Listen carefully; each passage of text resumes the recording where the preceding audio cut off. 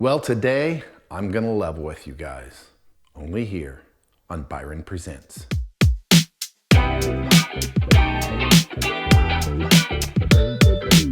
Hey, welcome back. We're here at the Marcotte House where we're doing a little more work. Did several things over the past few days that didn't document yet.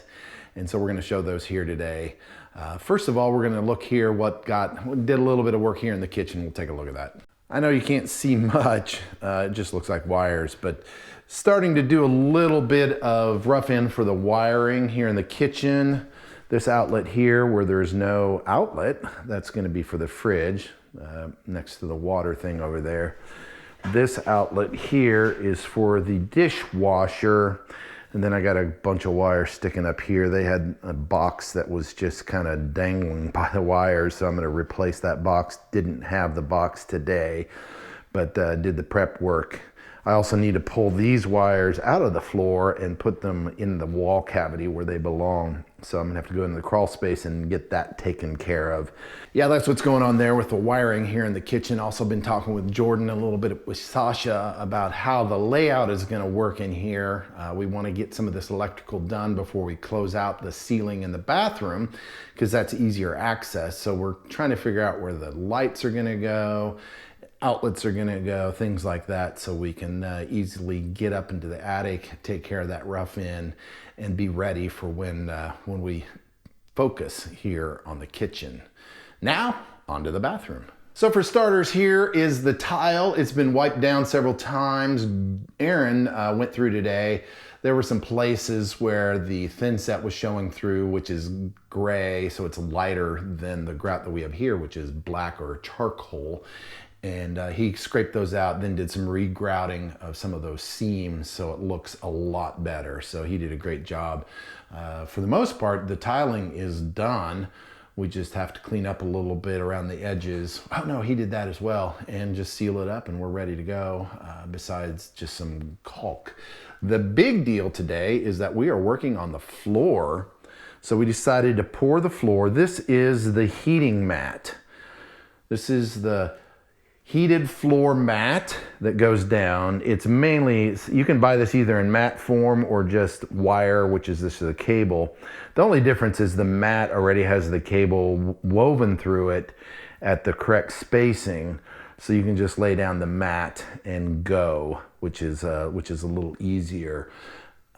We have tacked down some of the edges there. I don't know if you can see the shiny places in the corners where it turns, so they don't stick up. So this is the rough in part of this. Now if we look here on the wall, we'll try to get here. This is where it's gonna go in. We pulled these wires in right there. This right here is called a loudmouth. So you see the light on and it's on.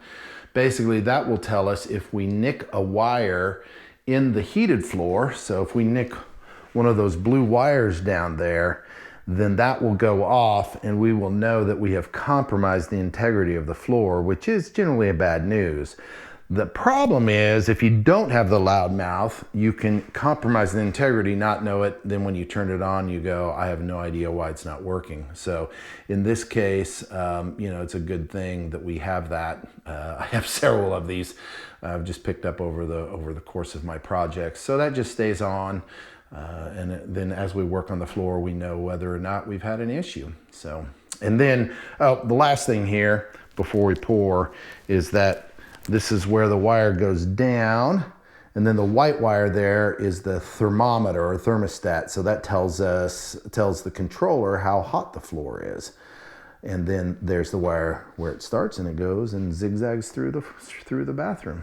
Yeah, so now we're gonna pour self-leveling concrete on top of that to encapsulate that wire so that when we put the surface concrete on top of it, then we're not having to deal with that wire. So it's really just to keep that wire in place so that when we put the finish coat on top, we're not having to deal with that wire. So here we go. We're gonna lay the self-leveling.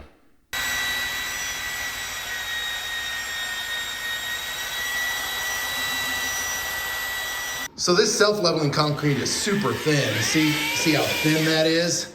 It's not quite water thin, of course, but it is drippy. So we had to seal around all the edges, otherwise that self-leveling just drips down into the crawl space. Hopefully we did our duty and did seal it all. We'll soon find out. This stuff dries in about 15 to 20 minutes. At least that's the working time, so we don't got a lot of time. So here we go. So we already have 2 bags down. We're doing our 3rd bag.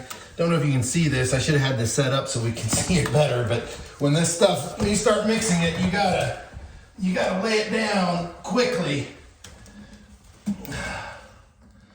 because it just dries so fast. Now this has been okay.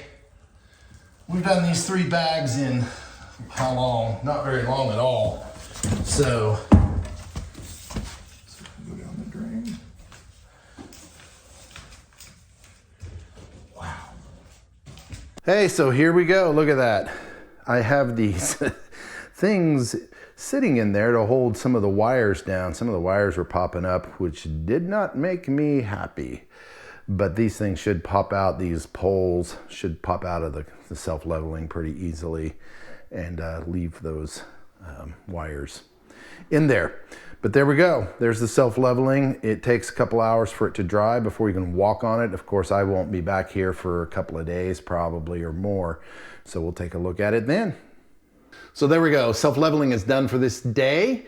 We got some good work done today. Some wiring, some tile work. The floor is in, the heated floor is in. So yeah, we're in good shape.